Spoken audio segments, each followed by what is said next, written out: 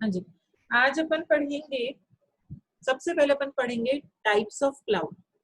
कौन सी तरीके के क्लाउड होते हैं, टाइप्स ऑफ क्लाउड, या इसी को बोला जा सकता है cloud computing environment.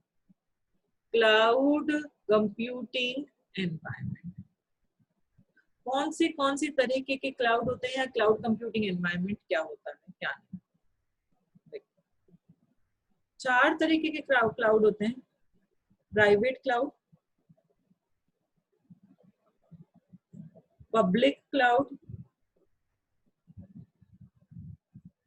Hybrid cloud, और एक और होता है कम्युनिटी क्लाउड। सबसे पहले अपन पढ़ेंगे प्राइवेट क्लाउड। क्या होता है आपका प्राइवेट क्लाउड? प्राइवेट सब लोग समझते हैं, प्राइवेट नेटवर्क मतलब जो नेटवर्क आप खुद यूज ले सकते हो, सिर्फ within the boundaries, of the organization जो काम में लिया जा सकता है, within the boundaries of organization जो क्लाउड काम में लिया जा सकता है, उसको प्राइवेट क्लाउड कहते हैं। मतलब वो क्लाउड सिर्फ और सिर्फ ऑर्गेनाइजेशन के बेनिफिट के लिए बनाया गया, सिर्फ ऑर्गेनाइजेशन का काम मैनेज करने के लिए जो क्लाउड बनाया गया उसको प्राइवेट क्लाउड कहते हैं। जैसे बड़ी बड़ी कंपनीज होती है, जैसे गूगल, माइक्रोसॉफ्ट, अमेजोन, बहुत बड़ी बड़ी कंपनीज है। अमेजोन बहुत बड़ी अपने आप में कंपनी है। अब ये इतनी बड़ी कंपनी है, ये लोग ऐसे क्लाउड तो बनाते हैं जो जिसकी सर्विसेज हम जैसे आम लोगों को भी सर्विसेज देते हैं, पर क्योंकि इनका खुद का काम इतना ज्यादा है, इनका वर्कलोड, इनको इतनी ज्यादा रिसोर्सेज है, इनकी इतनी सारी ब्रांचेस हैं, उन सबको मैनेज करने के लिए भी खुद के लिए भी एक क्लाउड बना लेते हैं। मतलब गूगल एक खुद के लिए भी क्लाउड बनाता है, खुद के लिए मतलब जो सिर्फ उसकी ऑर्गेनाइजेशन के लोग ही इस क्लाउड को काम में ले सकते हैं। ये सिर्फ ऑर्गेनाइजेशन के बाउंड्रीज के अंदर ही काम में लिया जा सकता है। अगर आप और हम गूगल का जो प्राइवेट क्लाउड है वो काम में लेना चाहे तो गूगल उसकी फैसिलिटी हमें नहीं देता, हमारे लिए उसने दूसरा क्लाउड बना रखा है। तो खुद के काम को मैनेज करने के लिए, खुद की रिसोर्सेज को मैनेज करने के लिए भी जो आप क्लाउड्स बना देते हो, ये ऑब्वियसली जो बहुत बड़ी ऑर्गेनाइजेशंस होती हैं वही बना सकती है, हम नहीं बना सकते। उसी को अपन क्या कहते हैं? प्राइवेट। प्राइवेट मतलब जो within the boundary, within the organization के अंदर जो क्लाउड काम करेगा उसी को प्राइवेट क्लाउड कहा जाता है। प्राइवेट क्लाउड को इंटरनल क्लाउड भी बोल सकते हो या फिर कॉर्पोरेट क्लाउड भी बोल सकते हो। इंटरनल मतलब उसकी खुद का क्लाउड, या कॉर्पोरेट मतलब उस ऑर्गेनाइजेशन का खुद का क्लाउड, उस कॉर्पोरेट का खुद का क्लाउड भी हो सकता है। तो प्राइवेट क्लाउड को इंटरनल या कॉर्पोरेट क्लाउड भी कहा जा सकता है। प्राइवेट क्लाउड आप खुद भी मैनेज कर सकते हो, मैनेज्ड प्राइवेटली। प्राइवेट क्लाउड को आपने खुद ने बनाया और खुद मैनेज कर सकते हो। मतलब गूगल ने, हो सकता है कि गूगल खुद का प्राइवेट क्लाउड खुद बनाए और खुद मैनेज करे, या प्राइवेट क्लाउड को एक सिंगल ऑर्गेनाइजेशन भी मैनेज कर सकती है। मैंने एक ऑर्गेनाइजेशन को कह दिया आप हमारे प्राइवेट क्लाउड को मैनेज करो, तो उसको अपन ऑन प्रीमाइज प्राइवेट क्लाउड कहते हैं। ऑन प्रीमाइज का मतलब आप खुद का क्लाउड खुद बना रहे हो और खुद मैनेज कर रहे हो। कई बार क्या होता है, प्राइवेट क्लाउड को मैनेज करने के लिए अपन थर्ड पार्टी को दे देते हैं, कि आपको हमारा प्राइवेट क्लाउड मैनेज करना है। गूगल क्या करती है, गूगल ने एक और कोई कंपनी हायर की या कोई थर्ड पार्टी हायर की, गूगल ने उसको बोला कि मेरा जो कंपनी का सारा काम है वो आप मैनेज करोगे, थर्ड पार्टी आउटसोर्स कर दिया अपना काम। आउटसोर्स भी कर सकते हैं, मैनेज करने का काम जो है वो अपन गूगल जो है वो आउटसोर्स भी कर सकती है। तो इस तरह के क्लाउड्स को अपन बोलते हैं outsource private cloud. Private cloud का मतलब समझ में आया? प्राइवेट क्लाउड का मतलब जो within the boundary he run किया जा सकता है, जो ऑर्गेनाइजेशन के लोग ही उस क्लाउड को काम में ले सकते हैं। ऑर्गेनाइजेशन के बेनिफिट के लिए क्लाउड बनाया गया है, क्योंकि ऑर्गेनाइजेशन की रिसोर्सेज वगैरह को मैनेज करने के लिए क्लाउड बनाया गया है। इसी क्लाउड को इंटरनल या कॉर्पोरेट क्लाउड भी बोला जाता है। अगर इसको आप खुद बनाकर खुद मैनेज कर रहे हैं तो इसको अपन ऑन प्रीमाइज क्लाउड कह देते हैं। ऑन प्रीमाइज के अंदर बनाया गया है और ऑन प्रीमाइज ही मैनेज हो रहा है। और अगर इसको अपन थर्ड पार्टी को कह देते हैं कि आप मैनेज करो हमारा क्लाउड, तो इस तरह के क्लाउड को अपन आउटसोर्स प्राइवेट क्लाउड भी कह देते हैं। बेसिकली ये जो प्राइवेट क्लाउड्स हैं ये बनाएगा कौन? उस कंपनी का जो आईटी डिपार्टमेंट होगा, जो इंफॉर्मेशन टेक्नोलॉजी डिपार्टमेंट होगा। गूगल का जो इंफॉर्मेशन टेक्नोलॉजी डिपार्टमेंट होगा, गूगल में हर तरीके का डिपार्टमेंट होंगे, कस्टमर से हैंडल करने वाले लोग भी होंगे, आईटी डिपार्टमेंट वाले लोग भी होंगे। तो आईटी डिपार्टमेंट वाले लोग प्राइवेट क्लाउड को खुद बनाते हैं खुद बनाते हैं। जो भी ऑर्गेनाइजेशन की जो रिसोर्सेज है उसका मैक्सिमम यूटिलाइजेशन कर कर वो अपनी ये खुद का क्लाउड खुद बनाते हैं, अपनी रिसोर्सेज को बेस्ट यूटिलाइज कर कर खुद के लिए खुद क्लाउड बनाते हैं। ये होता है आपका प्राइवेट क्लाउड। प्राइवेट क्लाउड के कुछ कैरेक्टरिस्टिक्स होती हैं। प्राइवेट क्लाउड की कुछ कैरेक्टरिस्टिक्स होती हैं। क्या कैरेक्टरिस्टिक्स है? पहली है सिक्योर। प्राइवेट क्लाउड बहुत सिक्योर्ड है, हाँ, क्योंकि विद इन ऑर्गेनाइजेशन ही काम में लिया जा रहा है, सिर्फ ऑर्गेनाइजेशन के लोग ही इसको काम में ले सकते हैं, तो यहाँ डेटा लीक, बाहर की तरफ डेटा लीक हो उसके चांसेस बहुत कम होते हैं। डेटा लीक होने के चांसेस जो हैं वो बहुत कम होते हैं, ठीक है, क्योंकि बहुत सिक्योर्ड है, खुद ने बनाया, खुद ही यूज ले रहे हो, गूगल के ही डिपार्टमेंट ने बनाया और गूगल के ही लोग काम में ले रहे हैं, तो बाहर की दुनिया में डेटा लीक होने के चांसेस कम है। सेंट्रल कंट्रोल, सारा का सारा कंट्रोल सेंट्रल होता है। सेंट्रल कंट्रोल मतलब यहाँ पे ऑर्गेनाइजेशन खुद कंट्रोल करती है, ऑर्गेनाइजेशन उस क्लाउड को खुद कंट्रोल करती है, उसको किसी और पे रिलाय, किसी और पे डिपेंड होने की जरूरत नहीं होती। आउटसोर्स नहीं किया, अगर आप खुद ही मैनेज कर रहे हो तो आप उस क्लाउड को खुद ही कंट्रोल कर रहे हो, आपको किसी और पे रिलाय करने की जरूरत नहीं है। Then weak service level agreement. अब ये सर्विस लेवल अग्रीमेंट का मतलब क्या होता है? देखो, अपन किसी से कोई भी सर्विस ले रहे हैं, फॉर एग्जाम्पल मैंने कोई पर्सन ए है, उसने पर्सन बी से कोई वॉशिंग मशीन खरीदी। पर्सन बी से क्या खरीदी? उसने वॉशिंग मशीन खरीदी। तो जब पर्सन बी से वो वॉशिंग मशीन खरीद रहा है तो पर्सन बी ने कहा मैं आपको ये सर्विसेज दूंगा। जब वो बोल रहा है तो उस बोलने की कोई वैल्यू नहीं होती, उस बोलने की कोई वर्थ नहीं होती, वो लिख कर देगा क्योंकि उसको अपनी वॉशिंग मशीन बेचनी है, तो उसने अपन को लिख कर दिया मैं आपको ये सर्विसेज दूंगा। उसने लिख कर दिया मैं आपको 6 महीने तक इसकी फ्री सर्विसेज दूंगा, इसका कोई पार्ट खराब हो गया तो मैं 2 साल के अंदर अंदर उसको रिप्लेस करके दूंगा, वो पार्ट खराब नहीं हो सकता। एंड उसने जो भी उसकी सर्विसेज थी कि आप 24/7 हमारी सर्विसेज को यूज में ले सकते हैं, हम 24/7 आपके लिए अवेलेबल है, सो ऑन, जो भी सर्विसेज थी, ये जो सर्विसेज थी इसी को अपन सर्विस लेवल अग्रीमेंट कहते हैं। सर्विस लेवल अग्रीमेंट मतलब जो भी बेचने वाला है और जो खरीदने वाला है, बेचने वाला बायर्स एंड सेलर्स और बायर्स के बीच में जो भी अग्रीमेंट होता है सामान देते टाइम कि हम आपको ये सर्विसेज देंगे, उसी को सर्विस लेवल अग्रीमेंट कहते हैं। प्राइवेट क्लाउड में सर्विस लेवल अग्रीमेंट बहुत वीक होता है। क्यों? प्राइवेट क्लाउड में, गूगल का प्राइवेट क्लाउड है, गूगल के आईटी डिपार्टमेंट ने ये क्लाउड बनाया, इसको क्रिएट किया, और इसको यूज कौन कर रहा है? गूगल के ही जो एम्प्लॉइज हैं वो यूज कर रहे हैं, तो उसी ऑर्गेनाइजेशन का डिपार्टमेंट बना रहा है और उसी ऑर्गेनाइजेशन के लोग उसको यूज में ले रहे हैं, तो यहाँ इतना स्ट्रॉन्ग सर्विस लेवल अग्रीमेंट नहीं होता। वो शिकायत करेंगे भी तो किससे करेंगे? क्योंकि उन्हीं का तो ऑर्गेनाइजेशन का डिपार्टमेंट है जो खराब काम कर रहा है, तो वो किसको बोलेंगे कि ये काम हमें नहीं मिला, ये सर्विस और हमें मिलनी चाहिए थी। तो उसी डिपार्टमेंट के लोग बना रहे हैं, उसी ऑर्गेनाइजेशन के लोग यूज कर रहे हैं, इसलिए यहाँ पे जो सर्विस लेवल अग्रीमेंट्स होते हैं वो बहुत वीक होते हैं, क्योंकि वो फॉर्मल ही नहीं होते। फॉर्मल मतलब प्रॉपर लिखे हुए नहीं रहते, प्रॉपर सिग्नेचर्स या सब कुछ नहीं होता, क्योंकि आईटी डिपार्टमेंट कहेगा कि हम यहीं तो बैठे हैं भाई, हम आपको जो चाहिए सर्विसेज दे देंगे, फिर जब यूज करने जाओगे तब दिक्कत आई तो आईटी डिपार्टमेंट कहेगा कि हम तो इस चीज के लिए रिस्पॉन्सिबल नहीं है। फॉर्मल सर्विस लेवल अग्रीमेंट्स यहाँ पे नहीं होते, ठीक है, क्योंकि उसी ऑर्गेनाइजेशन के लोग वो बना रहे हैं और उसी ऑर्गेनाइजेशन के लोग उसको यूज में ले रहे हैं, इसलिए यहाँ सर्विस लेवल अग्रीमेंट बहुत वीक होते हैं। Then advantages of private cloud. Private cloud के क्या एडवांटेजेस है? पहला एडवांटेज, यहाँ सर्वर का यूटिलाइजेशन बहुत अच्छा हो पा रहा है, मतलब क्योंकि आप खुद ही तो बना रहे हो, आप ही के तो ऑर्गेनाइजेशन के लोग वो क्लाउड बना रहे हैं, तो वो सर्वर को बेस्ट यूटिलाइज करेंगे, वो जितनी भी रिसोर्सेज हैं उसका मैक्सिमम यूटिलाइज करने की कोशिश करेंगे, मतलब वो कोशिश करेंगे कि कम से कम कॉस्ट में हमारा ज्यादा से ज्यादा काम हो जाए, लो से लो कॉस्ट में ज्यादा से ज्यादा काम हो जाए। आप खुद ही जब सब कुछ करते हो तो आप कम कॉस्ट में ज्यादा काम करने की कोशिश करते हो। जैसे फॉर एग्जाम्पल अगर जैसे आप कोई सब्जियां खरीदने जा रहे हो, वेजिटेबल्स खरीदने जा रहे हो, एक तो आप खुद सब्जी खरीदने जा रहे हो, तो खुद खरीदने जा रहे हो तो आप 4 जगह देखकर और थोड़ी सी रेट्स कम करवाकर सब्जी ला सकते हो। एक आपका ड्राइवर है, ड्राइवर को आपने कह दिया भैया सब्जी लिया, अब सब्जी लिया उसने, किसी दुकानदार ने बोला 20 रुपीज केजी, तो उससे मैं 19 रुपीज केजी तक करवा के ला सकती हूँ, मैं कम कॉस्ट करवा सकती हूँ, क्योंकि मैं खुद खरीद लूँ। ड्राइवर को 20 बोलेगी तो ड्राइवर तो 20 पकड़ाएगा, सामान ले आएगा, तो वहाँ कॉस्ट ज्यादा आ सकती है।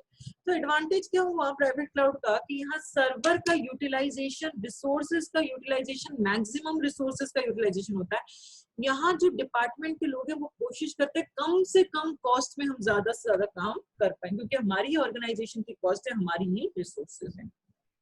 सेकेंड एडवांटेज इसका मिलेगा सिक्योरिटी का। ऑब्वियसली प्राइवेट है, सिर्फ ऑर्गेनाइजेशन के लोग काम में ले पा रहे हैं, तो आपको कहीं पे भी इंफॉर्मेशन लीक आउट नहीं हो रही, तो बहुत सिक्योर्ड क्लाउड है, बहुत सिक्योर्ड है, कहीं पे भी बाहर का बंदे के पास अपनी कोई इंफॉर्मेशन नहीं पहुंच रही। एंड स्मॉल है क्योंकि सिर्फ ऑर्गेनाइजेशन के लोग ही तो काम में लेने वाले हैं। अगर एक ऑर्गेनाइजेशन में 1000 लोग हैं तो सिर्फ ये 1000 लोग ही तो काम में लेने पा रहे हैं। पर अगर आप यूट्यूब की बात करो, यूट्यूब जो है वो पब्लिक क्लाउड पे पड़ा है। पब्लिक मतलब आप, मैं और हम, कोई भी एक्सेस कर सकता है। तो यूट्यूब पे तो कम से कम 2 या 3 मतलब कम लैक्स में यहाँ पे यूजर्स होंगे। यूट्यूब के पास तो लैक्स में यूजर्स होंगे तो यूट्यूब को यूज करते होंगे। तो कम लोगों के लिए क्लाउड बनाया गया, इसलिए बहुत छोटा, मतलब ज्यादा बड़ा बनाने की जरूरत नहीं है, कंट्रोल्ड है, उसको आराम से कंट्रोल कर सकते हो, आराम से उस क्लाउड को आप मेंटेन भी खुद ही कर सकते हो। ठीक है। देन प्राइवेट क्लाउड के क्या डिसएडवांटेजेस होते हैं? डिसएडवांटेजेस ऑफ प्राइवेट क्लाउड, क्या क्या डिसएडवांटेजेस या लिमिटेशंस होती हैं? पहली लिमिटेशन, जो आईटी टीम है उसको सारी रिसोर्सेज यहाँ पे खरीदनी पड़ेंगी। जो काम आपको करना है, जो भी बनाना है, आपको जो भी क्लाउड के लिए बनाना है, जितनी रिसोर्सेज चाहिए वो आपको परचेज करनी पड़ेंगी, खरीदनी पड़ेंगी। आपको जो भी रिसोर्सेज चाहिए वो सब आपको खरीदनी पड़ेंगी।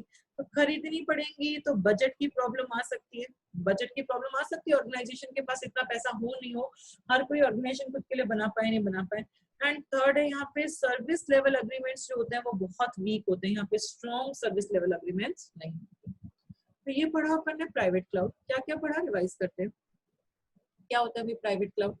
प्राइवेट क्लाउड का मतलब ऐसा क्लाउड जो विद इन ऑर्गेनाइजेशन की बाउंड्री में ही रन हो सकता है, जो ऑर्गेनाइजेशन के बेनिफिट के लिए ही जो क्लाउड बनाया गया है, ऑर्गेनाइजेशन की रिसोर्सेज को मैनेज करने के लिए जो क्लाउड बनाया गया है, जिसको सिर्फ ऑर्गेनाइजेशन के लोग ही काम में ले सकते हैं, उसी को प्राइवेट क्लाउड कहते हैं।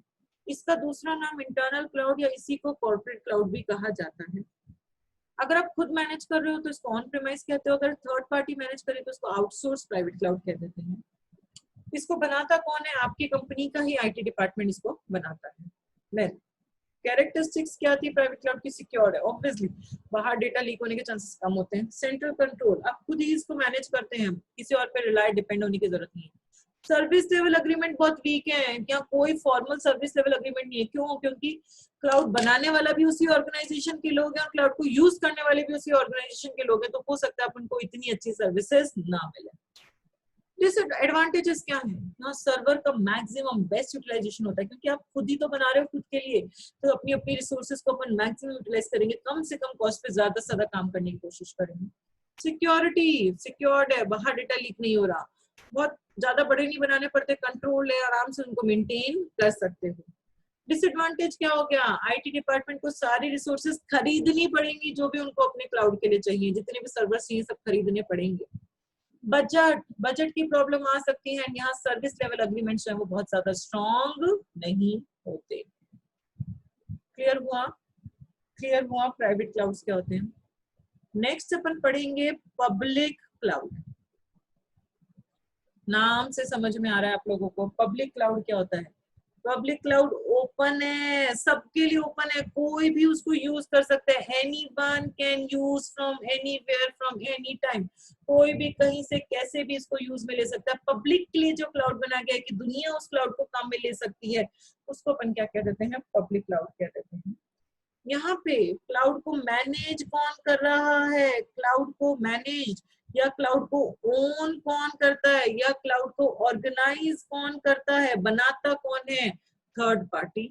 थर्ड पार्टी क्लाउड को बना रही है। थर्ड पार्टी मतलब गूगल, माइक्रोसॉफ्ट, ये क्लाउड्स को बना रहे हैं और ये सबको सर्विसेज दे रहे हैं सारी पब्लिक को कि आप इस क्लाउड की सर्विसेज एक्सेस कर सकते हो, तो सब लोग इसको यूज में ले सकते हैं। यहाँ पे पे पर यूज बेसिस, पे पर यूज का कंसेप्ट काम में लिया जाता है। समझते हैं आप लोग? पे पर यूज मतलब जितना आप यूज करेंगे आपको उतना ही पे करने की जरूरत है, ज्यादा इसको यूज करने की जरूरत नहीं है। इस क्लाउड को प्रोवाइडर क्लाउड भी बोला जाता है। क्योंकि ये सबको अपनी सर्विस प्रोवाइड कर रहा है, तो इसलिए इसको प्रोवाइडर क्लाउड भी बोला जाता है। ठीक है, इस क्लाउड की सर्विसेज आप कहीं से भी ले सकते हैं, एनीवेयर, एनी टाइम, कभी भी कहीं से सर्विसेज ले सकते हैं। और जितनी सर्विसेज लोगे आर्ली बेसिस पे उसका पेमेंट हो जाएगा कि अगर 1 घंटे सर्विस ली तो 1 घंटे का इतना पैसा लगेगा, 2 घंटे का इतना पैसा, 3 घंटे का इतना पैसा, आर्ली बेसिस पे यहाँ पे आपकी पे पर यूज बेसिस कटती जाती है।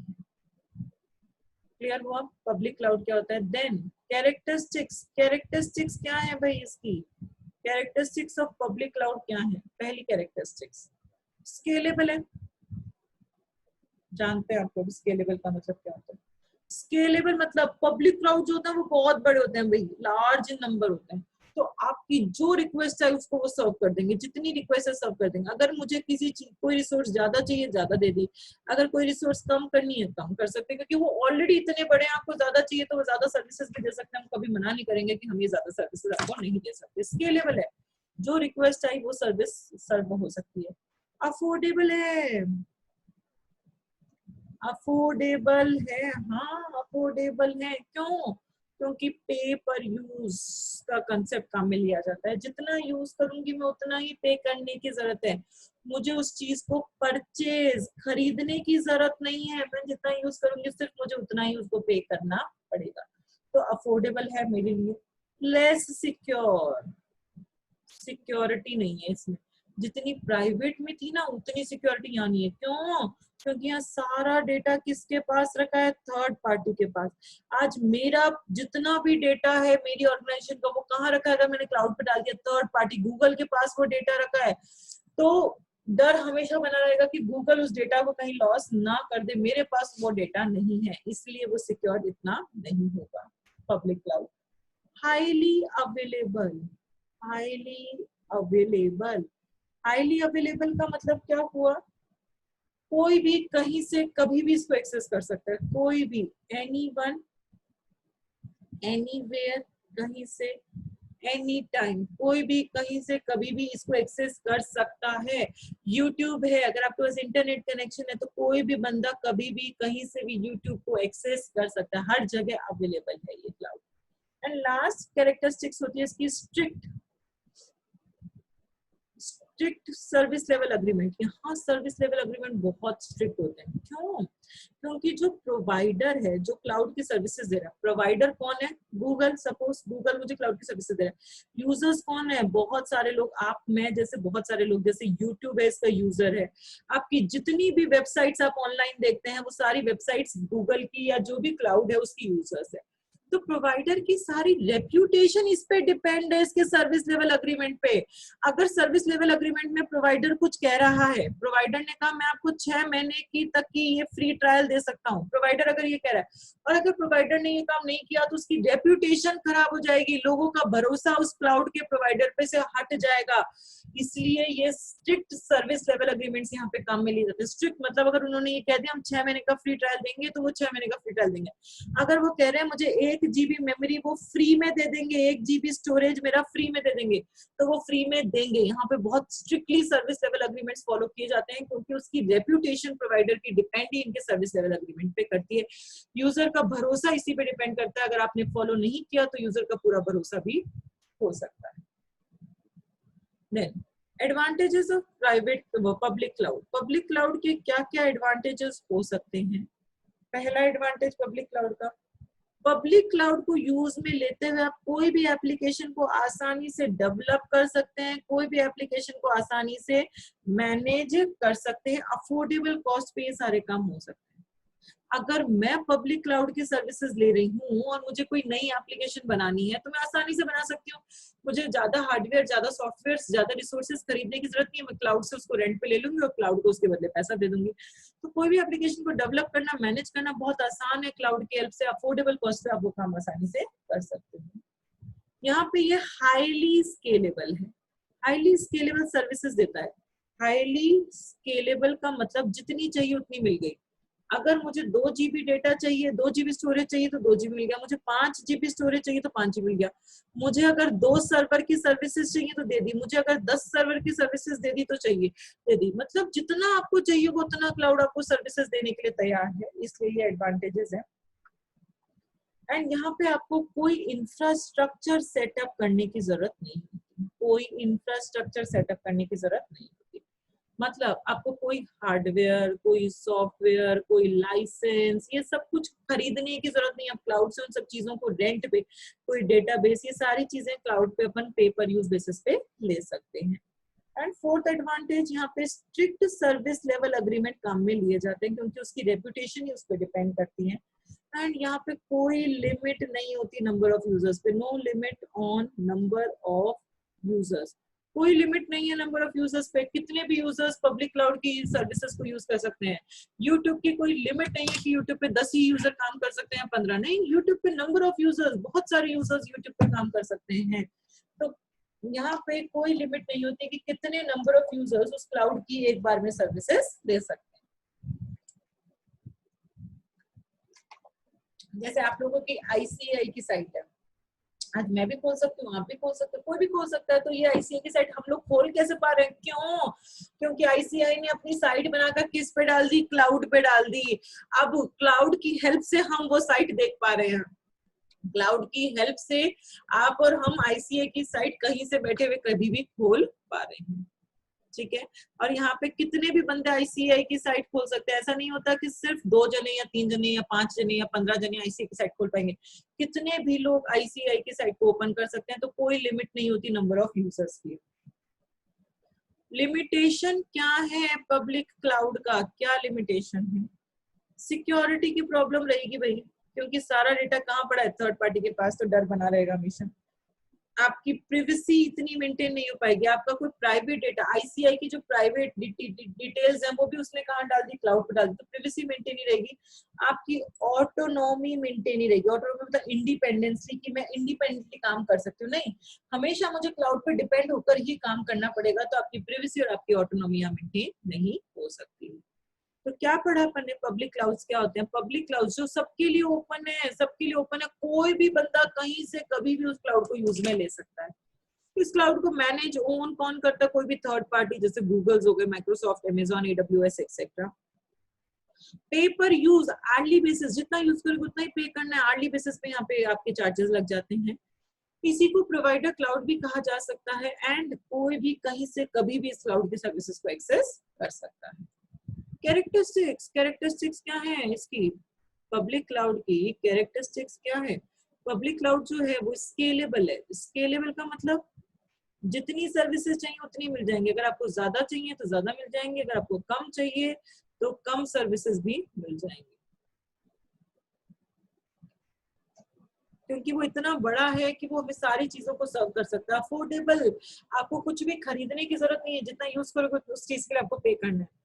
सिक्योरिटी कम है क्योंकि थर्ड पार्टी के पास डेटा है। अवेलेबल है, कभी भी कोई भी कहीं से कैसे भी इसको एक्सेस कर सकता है। यूट्यूब को आप कभी भी एक्सेस कर सकते हैं, सिर्फ इंटरनेट कनेक्शन की आपको जरूरत है, कहीं भी बैठे हुए एक्सेस कर सकते हैं। सर्विस लेवल अग्रीमेंट बहुत स्ट्रिक्ट होते हैं, क्यों? क्योंकि जो प्रोवाइडर्स हैं उनकी इमेज इस पे डिपेंड करती है वो कितनी अच्छी सर्विसेज दे पाते हैं। कस्टमर का भरोसा इस पे डिपेंड करता है, तो वो लोग एकदम strict service level agreements follow करते हैं। एडवांटेजेस, अगर मैं कोई एप्लीकेशन डेवलप करना चाहती हूँ तो मैं आसानी से डेवलप और मेंटेन कर सकती हूँ अफोर्डेबल कॉस्ट पे। हाईली स्केलेबल, जितना बढ़ाना चाहो उतनी बढ़ा सकते हो, जितनी कम करना चाहो उतनी कम कर सकते हो सर्विसेज। इंफ्रास्ट्रक्चर खरीदने की जरूरत नहीं है, hardware, software, licence, database setup करने की जरूरत नहीं है, आप क्लाउड से उनको रेंट पे ले सकते हैं। स्ट्रिक्ट सर्विस लेवल एग्रीमेंट्स काम में लिए जाते हैं। यहाँ पे नंबर ऑफ यूजर्स पे कोई लिमिट नहीं होती। इसकी लिमिटेशन, सिक्योरिटी की problem and privacy and autonomy यहाँ पे मेंटेन नहीं हो पाएगी। ठीक है, बात समझ में आ गई? नेक्स्ट तरीके के क्लाउड है आपके हाइब्रिड। हाइब्रिड आप लोग जानते हैं, हाइब्रिड का मतलब कॉम्बिनेशन ऑफ एनीथिंग, इसको हाइब्रिड कहते हैं। दो चीजों का मिश्रण जो होता है उसी को हाइब्रिड कहते हैं। तो हाइब्रिड क्लाउड का मतलब क्या हुआ? Combination of public and private cloud. Public plus private cloud का जो कॉम्बिनेशन होता है उसको हाइब्रिड क्लाउड कहते हैं। सपोज ये मेरा प्राइवेट क्लाउड है, ये मेरा पब्लिक क्लाउड है, इनका जो ये कॉम्बिनेशन है इस क्लाउड को अपन क्या कहते हैं, हाइब्रिड क्लाउड। ये पब्लिक भी है तो ये प्राइवेट भी है, दोनों का मिश्रण है, दोनों का मिक्सचर है, उसी को अपन क्या कहते हैं, हाइब्रिड क्लाउड कहते हैं। हाइब्रिड क्लाउड में क्या होता है, जिन लोगों के पास प्राइवेट क्लाउड है, जो लोग प्राइवेट क्लाउड यूज में ले रहे हैं, जैसे गूगल है प्राइवेट क्लाउड अपने लिए बना रखा है, तो वो क्या करेगा, वो पार्टनरशिप कर लेगा किनके साथ, पब्लिक क्लाउड के साथ। जो पब्लिक क्लाउड की सर्विसेज दे रहे हैं लोग, उनके साथ वो पार्टनरशिप कर लेगा। क्यों, अपनी सर्विसेज को एक्सटेंड करने के लिए, अपनी सर्विसेज को बढ़ाने के लिए उनके साथ पार्टनरशिप कर लेगा।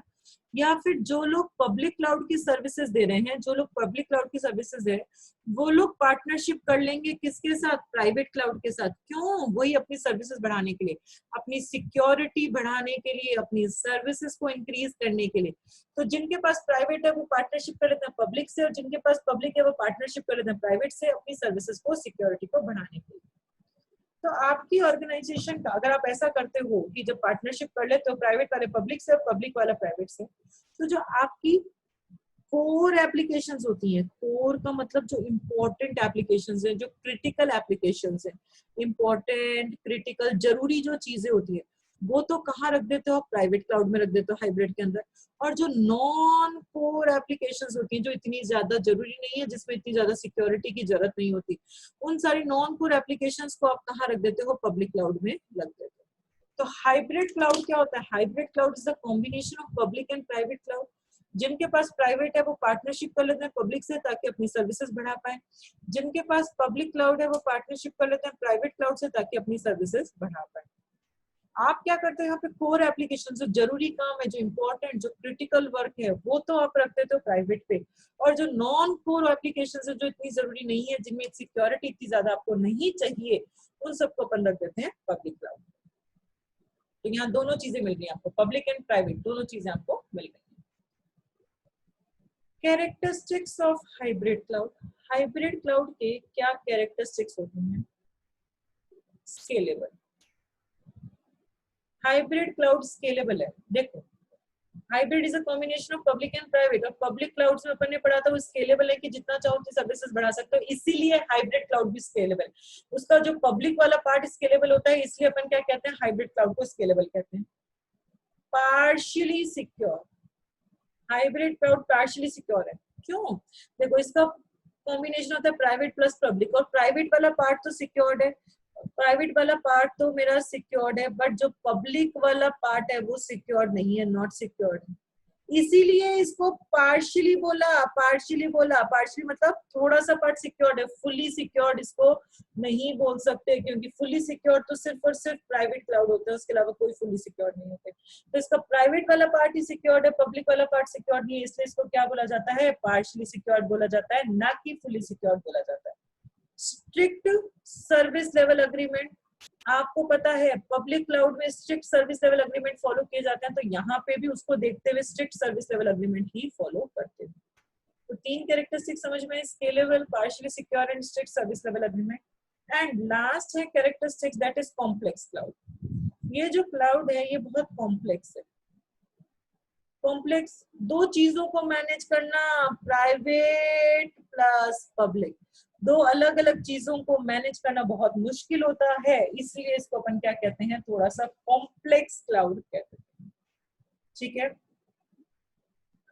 क्या क्या पढ़ा, अच्छा अपन एडवांटेजेस पढ़ लेते हैं पहले इसके, फिर रिवाइज करेंगे। Advantages of hybrid cloud, hybrid cloud के क्या एडवांटेजेस होते हैं भाई, क्या एडवांटेजेस हो सकते हैं, ये स्केलेबल है, जितना चाहो उतनी बढ़ा सकते हो, जब चाहो उतनी कम कर सकते हो, ठीक है, स्केलेबल है। एंड यहाँ पे सिक्योरिटी ज्यादा है, किससे, पब्लिक से तो ज्यादा है, प्राइवेट क्लाउड में सिक्योरिटी पब्लिक क्लाउड से ज्यादा है। इसका डिसएडवांटेज क्या हो सकता है, पहला सिक्योरिटी यहाँ पे कम है, प्राइवेट से सिक्योरिटी कम है और पब्लिक से सिक्योरिटी ज्यादा है। सेकेंड डिसएडवांटेज क्या होता है, इसको मैनेज करना बहुत कॉम्प्लेक्स, बहुत डिफिकल्ट है, क्योंकि दो चीजों को मैनेज करना है, प्राइवेट प्लस पब्लिक दोनों चीजों को मैनेज करना है, इसलिए इसको मैनेज करना थोड़ा मुश्किल हो जाता है। तो हाइब्रिड क्लाउड क्या होते हैं आपके, हाइब्रिड क्लाउड्स दोनों चीजों का कॉम्बिनेशन, पब्लिक प्लस प्राइवेट। जिनके पास प्राइवेट है वो पार्टनरशिप कर लेते हैं पब्लिक से, सर्विसेज को बढ़ाने के लिए। जिनके पास पब्लिक है वो पार्टनरशिप कर लेते हैं प्राइवेट से अपनी सर्विसेज को बढ़ाने के लिए। आप अपनी कोर एप्लीकेशंस प्राइवेट पे रख दो, नॉन कोर एप्लीकेशंस पब्लिक पे रख दो। कैरेक्टरिस्टिक्स स्केलेबल, क्योंकि पब्लिक स्केलेबल है। पार्शियली सिक्योर, क्योंकि सिर्फ प्राइवेट सिक्योर्ड है, पब्लिक नहीं, इसलिए इसको फुली सिक्योर नहीं बोला जा सकता। स्ट्रिक्ट सर्विस लेवल अग्रीमेंट, क्योंकि पब्लिक में स्ट्रिक्ट फॉलो किया जाता है। कॉम्प्लेक्स, दो एनवायरमेंट, अलग अलग चीजों को मैनेज करना थोड़ा मुश्किल हो जाता है। एडवांटेजेस, स्केलेबल है एंड सिक्योरिटी पब्लिक से ज्यादा है। डिसएडवांटेज, सिक्योरिटी प्राइवेट से कम एंड इसको मैनेज करना थोड़ा मुश्किल हो जाता है। आ गया बात समझ में? यहाँ तक सबको क्लियर है? लास्ट तरीके के आपके क्लाउड हैं, that is community cloud. Community cloud ये ऐसा क्लाउड है जिसको सिर्फ एक कम्युनिटी के लोग यूज कर सकते हैं, जो सिर्फ और सिर्फ exclusively used by a specific community. सिर्फ स्पेसिफिक कम्युनिटी के लोग ही इसको काम में ले सकते हैं, उसी चीज को कम्युनिटी क्लाउड कह देते हैं। ठीक है, स्पेसिफिक कम्युनिटी। देखो, कम्युनिटी मतलब ग्रुप बनाना, सिर्फ ग्रुप ऑफ ऑर्गेनाइजेशंस काम में ले सकते हैं, ग्रुप ऑफ यूजर्स काम में ले सकते हैं। फॉर एग्जांपल कम्युनिटी है लाइक गवर्नमेंट की मैं कम्युनिटी बना रही हूँ। अगर कोई क्लाउड है तो सिर्फ उसको गवर्नमेंट के स्कूल्स, गवर्नमेंट के हॉस्पिटल्स, गवर्नमेंट के हॉस्पिटल्स और स्कूल्स काम में ले सकते हैं। मतलब मैंने ऐसा कोई क्लाउड बना दिया जिसमें कौन कौन उसको यूज में ले सकता है, रेस्ट्रिक्शन बना दिया आपने, गवर्नमेंट के स्कूल्स और गवर्नमेंट के हॉस्पिटल्स ही काम में ले सकते हैं। तो एक ही तरीके की कम्युनिटी के लोग सिर्फ और सिर्फ इस क्लाउड को काम में ले सकते हैं, इसलिए इसको क्या बोला जाता है, कम्युनिटी क्लाउड बोला जाता है। मतलब अगर बहुत सारे लोग एक दूसरे से शेयरिंग करके काम करें, ए बी सी तीनों ने एक ग्रुप बना लिया, तीनों अलग अलग ऑर्गेनाइजेशन को बिलोंग करते हैं।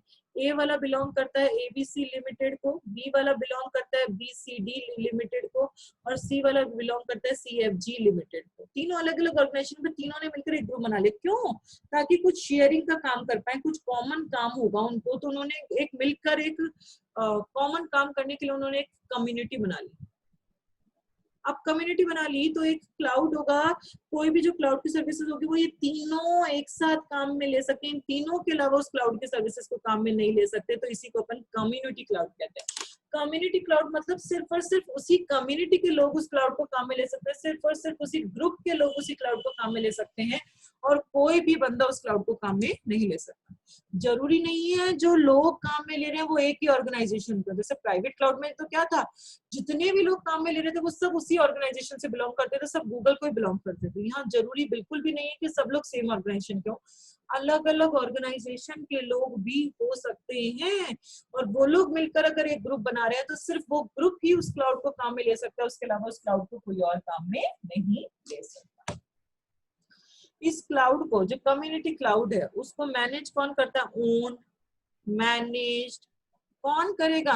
इसी कम्युनिटी के लोग इसको मैनेज करेंगे। इसी कम्युनिटी के लोग, या तो थर्ड पार्टी मैनेज करेगी इसको, कम्युनिटी क्लाउड को, या इसी कम्युनिटी के कोई लोग हैं, इसी कम्युनिटी के जो यूजर्स है, यूजर आपका एक भी हो सकता है या मोर देन वन भी हो सकते हैं, इसी कम्युनिटी के एक से ज्यादा लोग, एक या एक से ज्यादा लोग इस क्लाउड को मैनेज कर सकते हैं, कम्युनिटी क्लाउड को, या कम्युनिटी क्लाउड को ओन कर सकते हैं।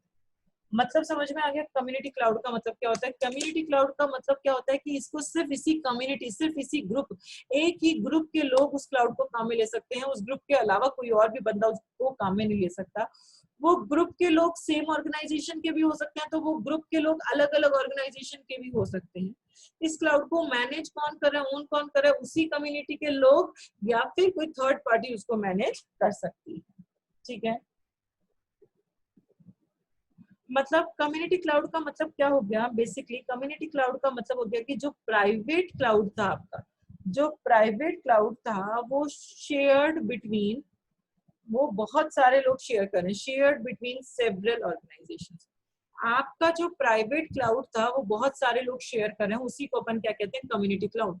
उस कम्युनिटी का वो प्राइवेट क्लाउड हो गया। आपकी ऑर्गेनाइजेशन के लोग शेयर नहीं कर रहे, बहुत सारे ऑर्गेनाइजेशन के लोग एक ही क्लाउड को शेयर कर रहे हैं, पर सिर्फ जो ग्रुप में बिलोंग करते हैं वही लोग शेयर कर सकते हैं, उसके अलावा कोई और उसको शेयर नहीं कर सकता।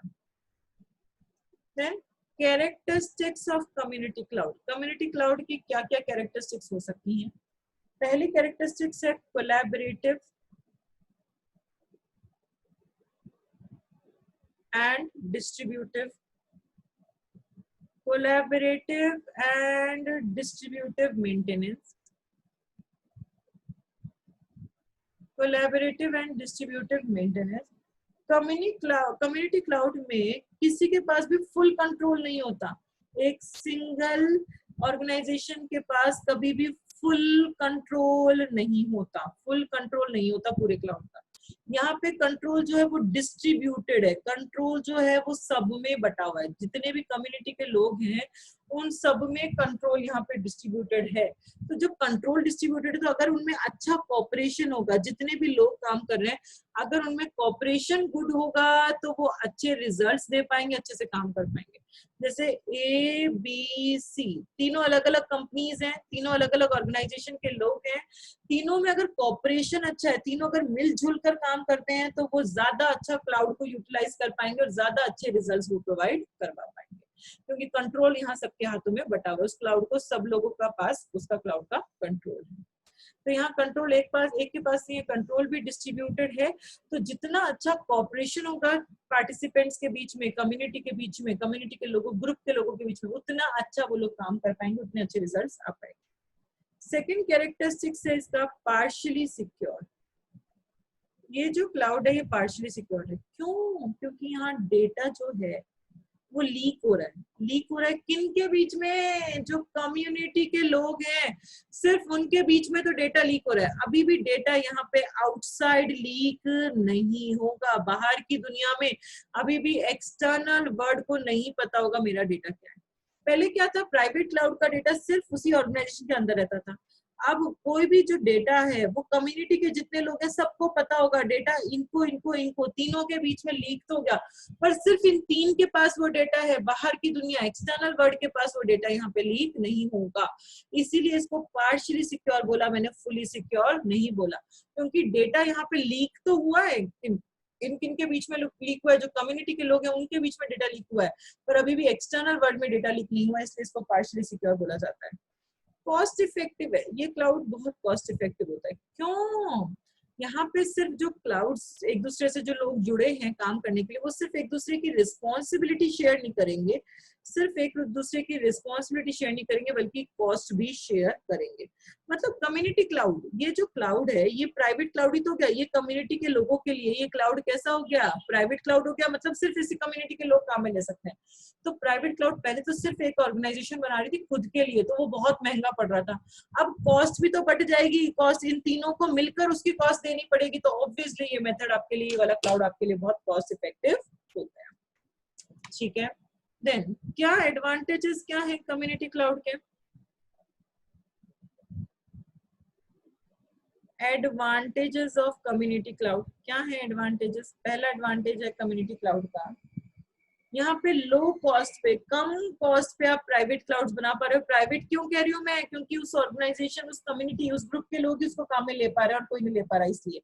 यहाँ कोलैबोरेटिव वर्क हो सकता है। कोलैबोरेटिव मतलब सब लोग मिलजुल कर काम कर सकते हैं, कोलैबोरेटिव वर्क यहाँ पे हो सकता है। यहाँ रिस्पॉन्सिबिलिटी शेयरिंग होती है, शेयरिंग ऑफ रिस्पॉन्सिबिलिटीज होती हैं। जितने भी कम्युनिटी के लोग हैं, जितने भी ग्रुप के लोग हैं, वो एक दूसरे के साथ एक दूसरे की रिस्पॉन्सिबिलिटी शेयर करते हैं। एंड यहाँ पे सिक्योरिटी ज्यादा होती है as compared to public clouds. Obviously public cloud में तो बिल्कुल सिक्योरिटी नहीं थी, यहाँ पे सिर्फ डेटा उसी कम्युनिटी के बीच में तो लीक हुआ, अभी भी बाहर की दुनिया को डेटा लीक नहीं हुआ, इसलिए ये सिक्योर ज्यादा होते हैं। देन डिसएडवांटेज क्या है कम्युनिटी क्लाउड का? डिसएडवांटेज क्या है? पहला पॉइंट इसका, यहाँ पे आपकी ऑटोनॉमी नहीं रहेगी। ऑटोनॉमी मतलब आपकी इंडिपेंडेंसी कुछ भी नहीं रहेगी, जो भी चीज है आपको अपने कम्युनिटी के साथ शेयर करनी पड़ेगी, अपने ग्रुप के साथ शेयर करनी पड़ेगी। तो आपके ग्रुप में 10 लोग हैं, 15 हैं, 20 है, सबके साथ शेयर करनी पड़ेगी, तो आपकी जो इंडिपेंडेंसी थी, जो आपकी ऑटोनॉमी थी, वो यहाँ पे खत्म हो गई, ऑटोनॉमी नहीं रहेगी। सेकेंड, यहाँ पे सिक्योरिटी ऑब्वियसली इतना सिक्योर नहीं है, सिक्योरिटी कम है as compared to private cloud. Private में तो सिर्फ आपकी ऑर्गेनाइजेशन के लोगों को ही उसके बारे में पता था, यहाँ पे एक से ज्यादा ऑर्गेनाइजेशन को हमारे डेटा के बारे में पता है, तो उतनी तो सिक्योरिटी नहीं है जितनी प्राइवेट में थी, यहाँ पे उससे कम सिक्योरिटी है। एंड जहां पे कोलैबोरेशन ना हो, जहां पे लोग मिलजुल कर काम ना करें, वहां के लिए ये क्लाउड सूटेबल नहीं है, वहां पे लिए ये क्लाउड अच्छा नहीं है, वहां पे ये क्लाउड अच्छे से काम नहीं कर सकता। तो क्या होते हैं आपके कम्युनिटी क्लाउड्स? रिवाइज करते हैं। कम्युनिटी क्लाउड्स जो सिर्फ और सिर्फ उसी कम्युनिटी के लोग उसको काम में ले सकते हैं, उसी ग्रुप के काम में ले सकते हैं, उसको कम्युनिटी क्लाउड कह देते हैं। कम्युनिटी क्लाउड को ओन्ड मैनेज्ड कौन करता है? या तो थर्ड पार्टी कर सकती है, या उसी कम्युनिटी के लोग, एक या एक से ज्यादा लोग उसको मैनेज कर सकते हैं। बेसिकली कम्युनिटी क्लाउड का मतलब क्या हुआ कि आप अपने प्राइवेट क्लाउड को शेयर कर रहे हैं विद द सेवरल ऑर्गेनाइजेशन। बहुत सारी ऑर्गेनाइजेशन जो है वो प्राइवेट क्लाउड को शेयर कर रही है। कैरेक्टरिस्टिक्स क्या है? Collaborative and distributed maintenance. यहाँ पे पूरा कंट्रोल एक के पास नहीं है, सबके बीच, सबके पास कंट्रोल बटा हुआ है, डिस्ट्रीब्यूटेड है। तो अगर ऑर्गेनाइजेशंस कोऑपरेट करके काम करती हैं तो अच्छा काम कर पाएंगे, अदरवाइज अच्छे से काम नहीं कर पाएंगे। पार्शियली सिक्योर, यहाँ डेटा लीक हो गया है बिटवीन द कम्युनिटी मेंबर्स के बीच में, पर अभी भी दुनिया, बाहर की दुनिया को नहीं पता चला, इसलिए इसको पार्शियली कहा, फुल नहीं कहा। कॉस्ट इफेक्टिव, यहाँ सिर्फ लोग एक दूसरे की रिस्पॉन्सिबिलिटी को शेयर नहीं करेंगे, बल्कि कॉस्ट भी शेयरिंग हो रही है, मतलब सस्ते में प्राइवेट क्लाउड बन के आ रहा है आपके लिए। एडवांटेजेस क्या है? कम कॉस्ट पे प्राइवेट क्लाउड बन पा रहा है, कोलैबोरेटिव वर्क हो रहा है, रिस्पॉन्सिबिलिटी शेयर कर सकते हैं, एंड सिक्योरिटी पब्लिक से ज्यादा है। डिसएडवांटेज क्या है? ऑटोनॉमी मेंटेन नहीं रहेगी, मेरी इंडिपेंडेंसी मेंटेन नहीं रहेगी, सिक्योरिटी मेरी प्राइवेट से कम है, और जहां पे कोलैबोरेशन ना हो वहां के लिए क्लाउड अच्छा नहीं है। अगर लोग एक दूसरे से कोलैबोरेट नहीं कर सकते तो उनको कम्युनिटी बनाकर कम्युनिटी क्लाउड पे काम नहीं करना चाहिए। यहाँ तक क्लियर है? किसी को यहाँ तक कुछ भी? हाँ जी, अपन पढ़ चुके types of cloud computing, public, private, hybrid and community cloud. अब अपन पढ़ेंगे cloud computing service models. Next topic अपन पढ़ रहे हैं, that is cloud computing service models. Cloud मुझे किस किस तरीके की सर्विस देता है? Cloud computing service models, cloud मुझे कौन सी तरीके की सर्विसेज देता है वो अपन यहाँ पे पढ़ने जाएंगे। क्लाउड किस किस क्या क्या सर्विसेज क्लाउड एक यूजर को दे सकता है, वो सारी बातें आप यहाँ पे पढ़ोगे। क्लाउड कंप्यूटिंग सर्विस मॉडल, पहला सर्विस मॉडल है आपका infrastructure as a service. Infrastructure as a service मतलब क्लाउड मुझे पूरा का पूरा infrastructure as a service provide करवा सकता है। इसका मतलब क्या हुआ? इसको अपन शॉर्ट फॉर्म में क्या बोल सकते हैं? इंफ्रास्ट्रक्चर सर्विस को IaaS। IaaS का मतलब क्लाउड ने पूरा का पूरा इंफ्रास्ट्रक्चर आपको एज अ सर्विस दे दिया। ये बेसिक है, ये फाउंडेशन है। क्लाउड सर्विस का सबसे पहला जो आया था वो यही आया था कि क्लाउड जो है वो इंफ्रास्ट्रक्चर भी दे पा रहा है सर्विस के तौर पे। ये फाउंडेशन है क्लाउड सर्विस का। यहाँ पे क्लाउड अलाउ करता है अपने यूजर्स को कि आप एक्सेस कर सकते हो हार्डवेयर, आप हार्डवेयर को भी एक्सेस कर सकते हो, आप स्टोरेज को भी एक्सेस कर सकते हो, आप बैंडविड्थ को भी एक्सेस कर सकते हो। मतलब ये सारी फैसिलिटी और भी बहुत सारी चीजें हैं जो क्लाउड अपन को यहाँ पे प्रोवाइड करवा। हार्डवेयर को कैसे एक्सेस कर सकते हैं भाई? कहीं भी बैठे हुए किसी के भी हार्डवेयर को कैसे एक्सेस कर सकते हैं? जैसे अभी जो हो रहा है, अभी एट प्रेजेंट जो हो रहा है, जैसे अब सब लोग क्या कर रहे हैं? वर्क एट होम कर रहे हैं, वर्क एट होम कर रहे हैं बिकॉज ऑफ द कोविड-19 लॉकडाउन। हर बंदा भी वर्क एट होम कर रहा है। वर्क एट होम में क्या कर रहे हैं? वो लोग अपने खुद के लैपटॉप पे काम कर रहे हैं, अपने लैपटॉप पे काम कर रहे हैं, पर बहुत सारा डेटा ऐसा है जो उनकी कंपनी में, जो उनका कंप्यूटर था, उनकी कंपनी में जो उनका पर्सनल कंप्यूटर था, उस कंप्यूटर में वो डेटा पड़ा है। जरूरी थोड़ा सारा डेटा आपके पर्सनल लैपटॉप में, नहीं नहीं, लैपटॉप में थोड़ा डेटा होगा। जो काम आप करते थे, जो डेटा स्टोर था, वो कहाँ है? कंप्यूटर में स्टोर है। अब यहाँ बैठ के आप लैपटॉप पे काम करो तो ये कैसे पॉसिबल है कि डेटा तो वहां पड़ा है, काम में यहाँ पे करना? तो एक चीज होती है, एक सॉफ्टवेयर होता है एनीडेस्क, कभी नाम सुना होगा। इस एनीडेस्क को यूज में लेते हुए क्या कर सकते हैं? एनीडेस्क को यूज में लेते हुए ये बंदा, यहाँ वाला बंदा या इस वाले कंप्यूटर पे कोई भी काम कर सकता है। यहाँ बैठा हुआ बंदा, इस लैपटॉप पे बैठा हुआ बंदा इस कंप्यूटर पे कोई भी काम परफॉर्म कर सकता है। मतलब फिजिकली वो हार्डवेयर को फिजिकली एक्सेस नहीं कर रहा, बट वो लॉजिकली इस तरीके से हार्डवेयर को एक्सेस कर रहा है जिससे वो फिजिकली कर रहा हो। तो वो उस पूरे कंप्यूटर को भी इस तरीके से एक्सेस कर, उसकी कोई भी फाइल ओपन करके देख सकता है, उसमें कोई भी डेटा डिलीट कर सकता है, यहाँ बैठा बैठा उस कंप्यूटर पे काम। आप झुंझुनू में बैठे बैठे दिल्ली के कंप्यूटर, दिल्ली के ऑफिस में जो कंप्यूटर पड़ा है उस पर काम कर सकते हो। क्यों? Because of the AnyDesk software, because of the आपने क्लाउड ने आपको फैसिलिटी दी कि आप इंफ्रास्ट्रक्चर भी क्लाउड अपन को एज अ सर्विस प्रोवाइड करवा रहा है, तो हार्डवेयर भी कहीं भी बैठे हुए आप हार्डवेयर भी एक्सेस कर सकते हो। तो इंफ्रास्ट्रक्चर एज अ सर्विस ये फाउंडेशन है क्लाउड सर्विसेज का। ये अलाउ करता है अपने यूजर्स को कि आप हार्डवेयर, स्टोरेज, बैंडविड्थ, आप ये सारी चीजें एक्सेस कर सकते हो। और जो आप एक्सेस कर रहे हो वो किस बेसिस पे एक्सेस करोगे भाई, आपको पता है किस बेसिस पे एक्सेस करेंगे, पे पर यूज बेसिस पे। जितना आप यूज करेंगे उतना ही आपको पे करना, उससे ज्यादा आपको पे नहीं करना। यहाँ डायनेमिक स्केलिंग की भी फैसिलिटी क्लाउड अपन को दे रहा है।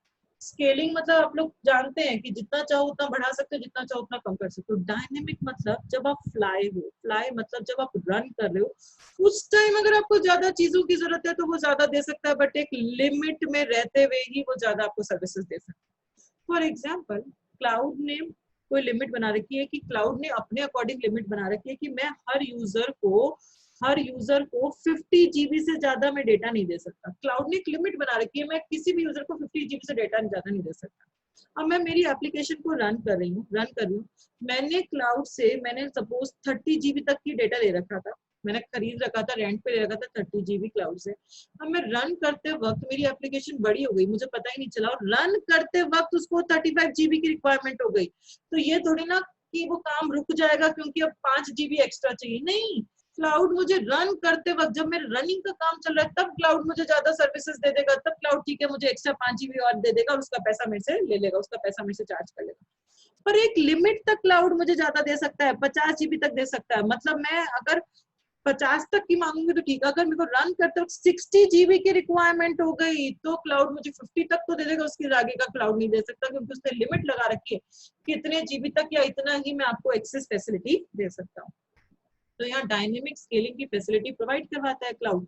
डायनेमिक स्केलिंग मतलब रन करते वक्त भी, फ्लाई पे हो, फ्लाई मतलब रन करो तब भी आप चाहो तो अपनी सर्विसेज को बढ़ा सकते हो, कम कर सकते हो, बट एक लिमिट तक ही वो काम आप कर सकते हो। ऐसा नहीं है कि कितना भी मन चाह आप ये काम नहीं कर सकते।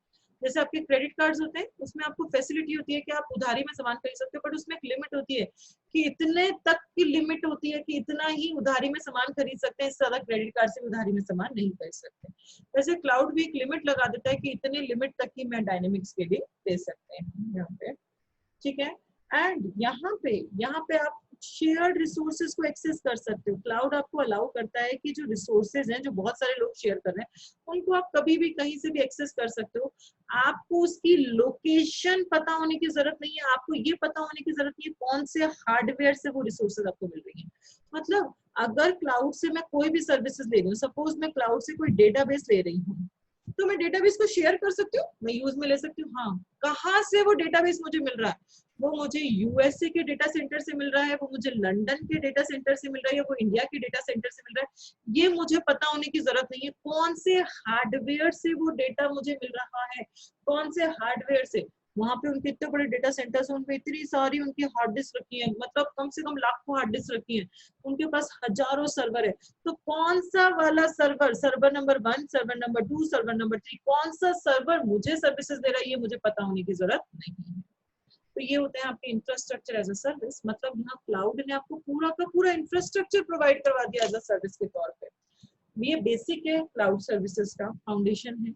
यहाँ पे क्लाउड यूज ये अलाउ करते हैं, ये जो प्रोवाइडर्स हैं ये अलाउ करते हैं अपने यूजर्स को कि आप हार्डवेयर, स्टोरेज, बैंडविड्थ इन सबको एक्सेस कर सकते हो, पे पर यूज बेसिस पे एक्सेस कर सकते हो, जितना आप यूज करोगे उतना ही पे करना है।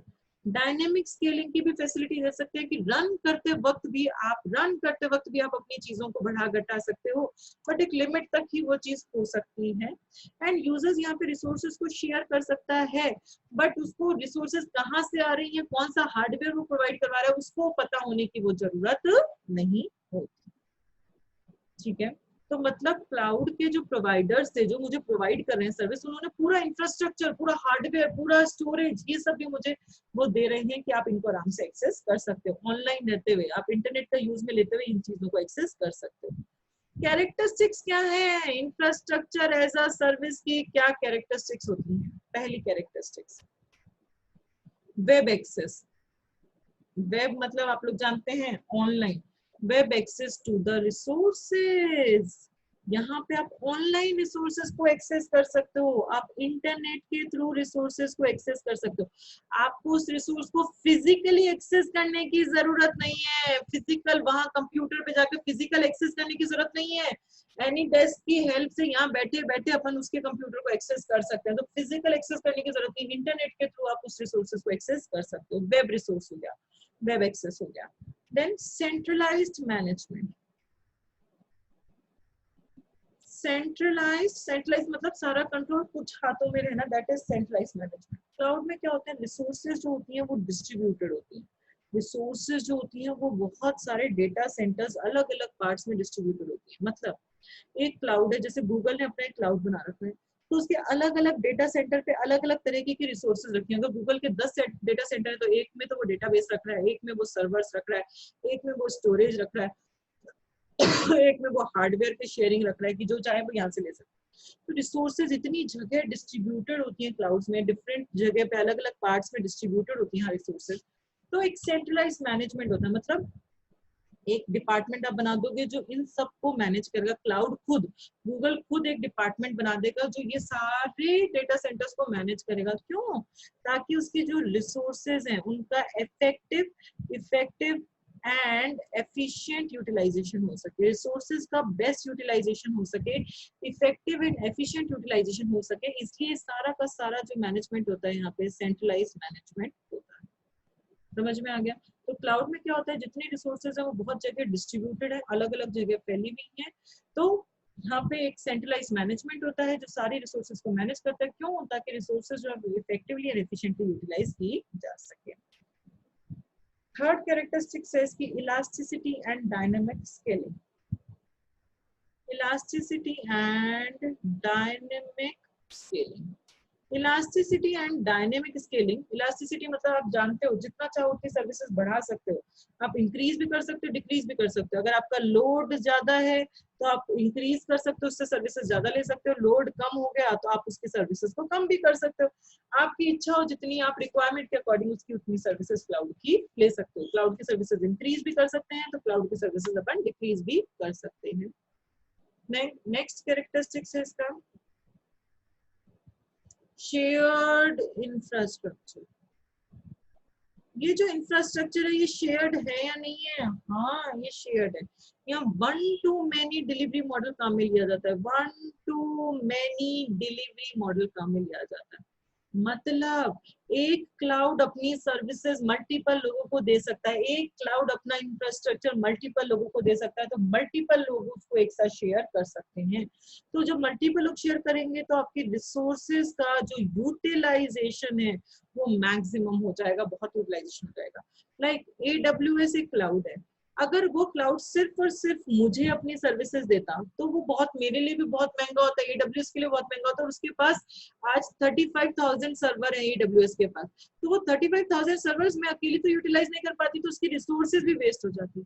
तो उसने यही सर्वर्स मुझे भी दे दिए, उसने A को भी दे दिया, उसने B को भी दे दिया, उसने C को भी दे दिया, उसने D को भी दे दिया, मतलब पता नहीं कितने मिलियन ऑफ यूजर्स को उसने अपना सर्वर सर्विसेज दे रखी है। तो ये 35,000 की जो सर्विसेज है उसने मिलियंस ऑफ यूजर्स को दे रखी है, सिर्फ मुझे नहीं, बहुत सारे लोगों को दे रखी है। तो बहुत सारे लोग एक ही फिजिकल इंफ्रास्ट्रक्चर को शेयर कर सकते हैं, बहुत सारे लोग एक इंफ्रास्ट्रक्चर को, फिजिकल इंफ्रास्ट्रक्चर को शेयर कर सकते हैं, तो रिसोर्सेज का यूटिलाइजेशन बढ़ जाएगा। क्लाउड आपको ये फैसिलिटी भी देता है। ठीक है। एंड लास्ट है इसका characteristics, that is metered service. Metered, आप इलेक्ट्रिसिटी का मीटर लगता है, मीटर क्या करता है, चलता जाता है चलता जाता है। जितना आप कंज्यूम करेंगे, जितना आप इलेक्ट्रिसिटी यूज में लेंगे, जितना भी आप कंज्यूम करेंगे, इलेक्ट्रिसिटी के मीटर में वो आ जाता है आपने इतना कंज्यूम की यूनिट्स, उसके अकॉर्डिंग अगर आपने 200 यूनिट कंज्यूम की, हर यूनिट का अगर आपको 5 रुपए देना है तो उसके अकॉर्डिंग आपका बिल बनकर आ जाता है। ठीक है। तो यहाँ पे भी मीटर्ड सर्विसेज हैं, मतलब जितना आप कंज्यूम करोगे, जितनी क्लाउड की आप सर्विसेज कंज्यूम करोगे उसके अकॉर्डिंग आपको पे करना है, उससे आपको पे नहीं करना, उसके अकॉर्डिंग आपसे चार्ज किया जाएगा। अगर आपने 2 सर्वर्स काम में लिया तो उसके अकॉर्डिंग आपको चार्ज करना पड़ेगा। अगर आपने 2 GB डेटा काम में लिया तो उसके अकॉर्डिंग आपसे चार्ज किया जाएगा। अगर आपने 10 GB डेटा क्लाउड से ले रहे हो तो आपको उसके अकॉर्डिंग चार्ज किया जाएगा। ठीक है। तो अपन यहाँ तक रिवाइज करते हैं, क्या पढ़ा अपन ने पढ़ा क्लाउड कंप्यूटिंग सर्विस मॉडल। इसमें सबसे पहले आपने पढ़ा इंफ्रास्ट्रक्चर एज अ सर्विस। ये बेसिकली फाउंडेशन है क्लाउड सर्विसेज का। यहाँ पे ये अलाउ करता है अपने यूजर्स को कि आप हार्डवेयर, स्टोरेज, बैंडविड्थ सब कुछ एक्सेस कर सकते हो। पे पर यूज बेसिस पे आप एक्सेस कर सकते हो, जितना यूज करोगे उतना ही पे करना है, आपको ज्यादा पे नहीं करना। यहाँ पे डायनेमिक स्केलिंग भी है कि रन करते करते वक्त भी अगर आपको ज्यादा ज्यादा किसी चीज के रिसोर्सेज की जरूरत पड़ेगी तो क्लाउड आपको ज्यादा भी दे देगा, पर एक लिमिट तक ही वो प्रोवाइड करवा सकता है। एंड यहाँ पे आप रिसोर्सेज को शेयर करते हो, एक्सेस कर सकते हो, उनकी लोकेशन कहाँ से वो रिसोर्सेज आ रही है, कौन सा हार्डवेयर वो आपको दे रहा है, ये पता होने की आपको जरूरत नहीं होती। Characteristics of infrastructure service, web access to the resources, internet की हेल्प से आप रिसोर्सेज को एक्सेस कर सकते हो, फिजिकली उस पे जाकर उसको एक्सेस करने की आपको कोई जरूरत नहीं है।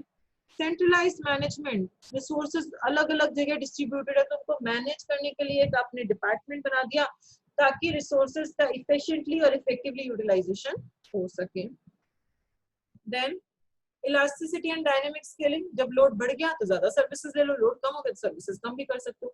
शेयर्ड इंफ्रास्ट्रक्चर, यहाँ one two many delivery model काम मिल जाता है कि एक ही इंफ्रास्ट्रक्चर की सर्विसेज मल्टीपल लोगों को प्रोवाइड करवाई जाती है, मल्टीपल लोग एक ही फिजिकल इंफ्रास्ट्रक्चर को शेयर करते हैं तो उसकी वजह से जो रिसोर्स यूटिलाइजेशन है वो बहुत ज्यादा हो जाता है। मीटर्ड सर्विस, मीटर्ड सर्विस मतलब जितना कंज्यूम करोगे उसके अकॉर्डिंग आपसे चार्ज किया जाएगा, ठीक है। Then instances of infrastructure as a service, infrastructure as a service के पार्ट्स पढ़ रहे हैं। इंफ्रास्ट्रक्चर में मैंने कहा इंफ्रास्ट्रक्चर में मुझे हार्डवेयर मिल रहा है, मुझे स्टोरेज मिल रहा है, मुझे बैंडविड्थ मिल रहा है, तो मुझे बेसिकली क्या क्या मिल रहा है उसके मैं पार्ट्स पढ़ रही हूँ, उसके इंस्टेंसेस पढ़ रही हूँ। इंफ्रास्ट्रक्चर एज अ सर्विस के क्या क्या पार्ट्स, क्या क्या इंफ्रास्ट्रक्चर में भी क्लाउड मुझे क्या क्या दे रहा है वो डिटेल में पढ़ने जा रहे हैं। पहला detail that is network as a service.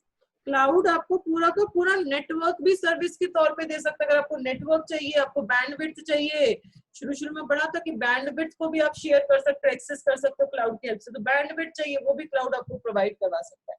तो network as a service, network as a service.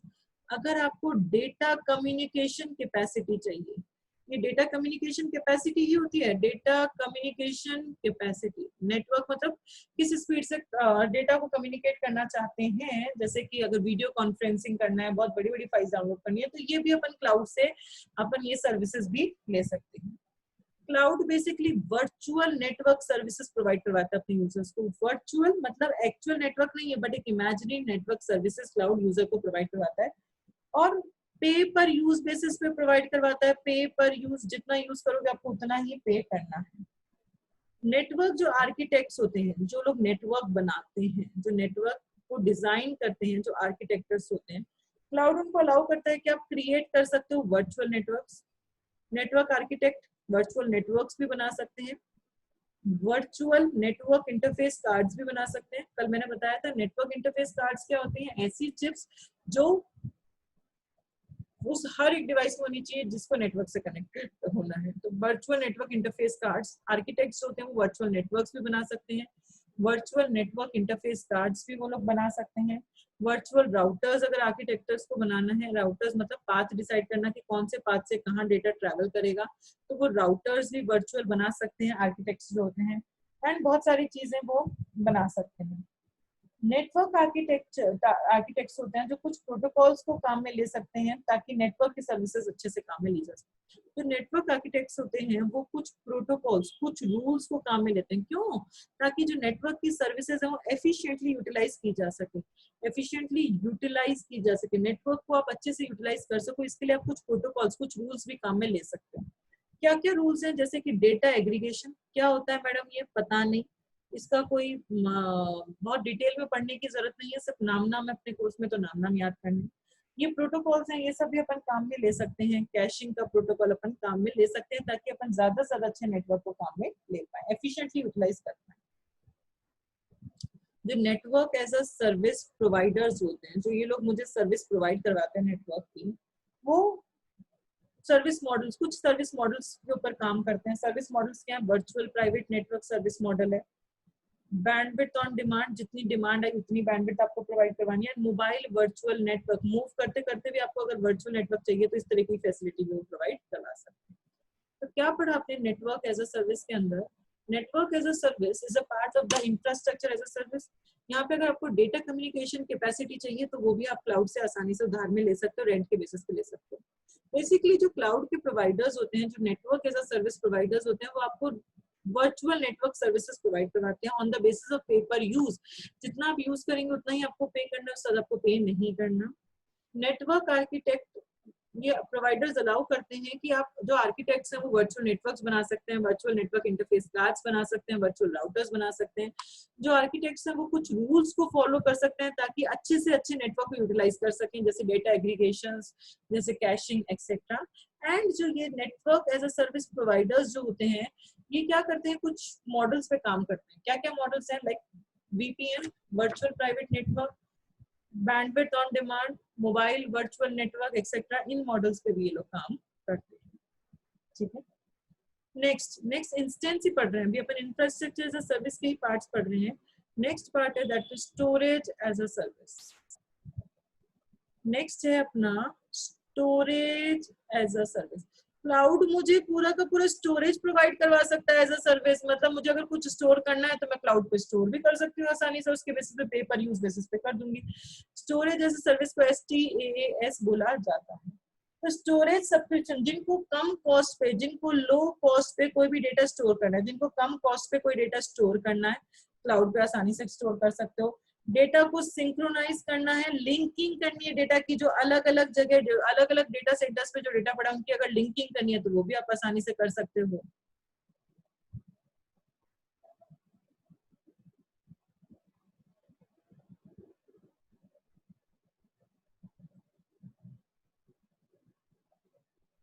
Storage as a service, storage as a service का मतलब कि अगर किसी को स्टोरेज चाहिए, जगह जगह चाहिए क्लाउड पे कोई डेटा स्टोर करने के, तो कम कॉस्ट पे आप ले सकते हो डेटा को स्टोर करने के लिए। डेटा को सिंक्रोनाइज करना है, अगर जो डेटा अलग अलग मल्टीपल डिवाइसेस पे कोई डेटा पड़ा है उनको अगर आपको लिंकिंग करनी है, सिंक्रोनाइजेशन उनके बीच में बिठाना है तो वो आप कर सकते हो।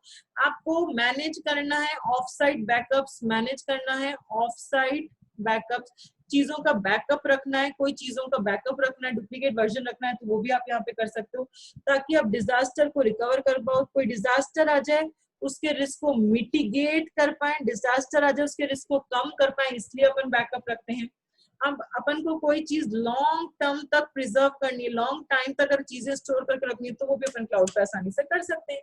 तो स्टोरेज एज अ सर्विस का मतलब क्या हुआ कि अगर किसी को कम कॉस्ट पे डेटा को स्टोर करना है, डेटा को सिंक्रोनाइज करना है, बैकअप रखना है ताकि डिजास्टर आ जाए तो उसको रिकवर कर पाए, लॉन्ग टाइम तक डेटा को प्रिजर्व करना है, तो वो भी अपन क्लाउड से, ये सर्विस भी क्लाउड अपन को दे सकता है ऑन द बेसिस ऑफ पे पर यूज बेसिस। जितना आप यूज करोगे उतना ही आपको पे करना है, उससे ज्यादा आपको पे नहीं करना। तो बेसिकली यहाँ पे क्या होता है, फिजिकल स्टोरेज से अब्स्ट्रैक्ट की जाती है आपके लिए logical storage.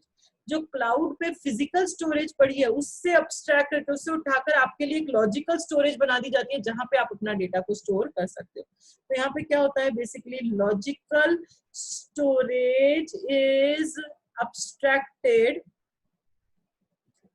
From the physical storage. Physical storage से लॉजिकल स्टोरेज आपके लिए अब्स्ट्रैक्ट कर दी जाती है।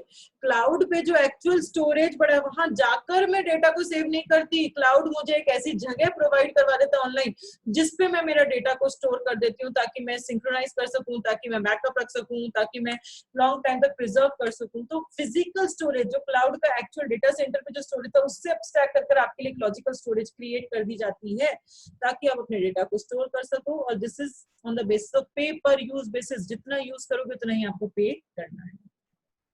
तो ये अपन पढ़ रहे हैं instances of infrastructure as a service. इसमें सबसे पहले अपन पढ़ चुके network as a service, then अपन पढ़ चुके storage as a service. Third है इंस्टेंसेस में that is database as a service. Cloud मुझे पूरा का पूरा डेटाबेस भी एज अ सर्विस प्रोवाइड करवा सकता है।